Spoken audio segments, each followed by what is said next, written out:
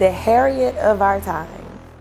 I love it. I cannot think of a greater title that aligns with my courage, my strength, my mission, my ambition, and my purpose. And I think what makes me feel the most grateful about the title is I didn't give it to myself. Like, my clients gave me that title. Women who have had access to my purpose, women who have seen firsthand how transformational the experience is working with me and being on a journey with me. And when you think about Harriet and her journey, she didn't have an initial blueprint. She just had a word from God, she had faith, and she had obedience. And she took that and went on this journey of more. Went on this journey step by step, just allowing God to give her vision after vision, momentum after momentum, step by step, provision after provision. And when she made it to the promised land, she felt responsible to go back and get the others.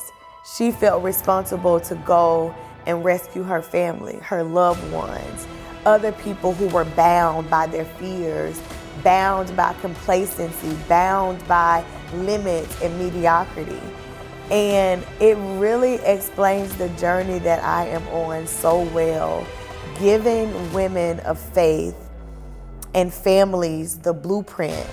After God gave me the freedom, the abundance, the manifestation, the purpose, the 6 and 7 figure empire.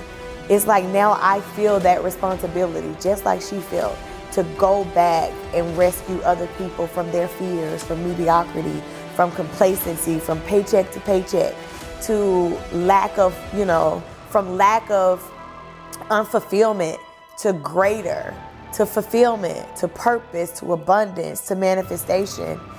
And I love it here. But one of the most emotional parts about Harriet and her journey, which I also feel so often, is the fact that she had to leave her sister behind because her sister was still filled with the fear and the complacency, and she was okay with where she was. She just chose to settle for master's house. She chose to settle for complacency. She chose to choose her fears over her freedom. And it was in that moment where Harriet had to make the emotional decision to let her be. You cannot force people on this journey.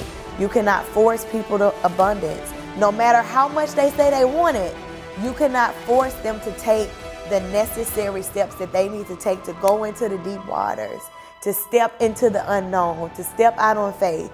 And then you as a leader, no matter how much you want to see other people free, have to make the emotional decision to let them be, if that is what they desire. And that's the hard part about this journey.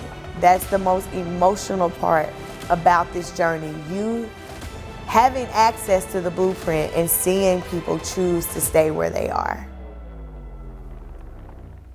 Nothing hurts more than that.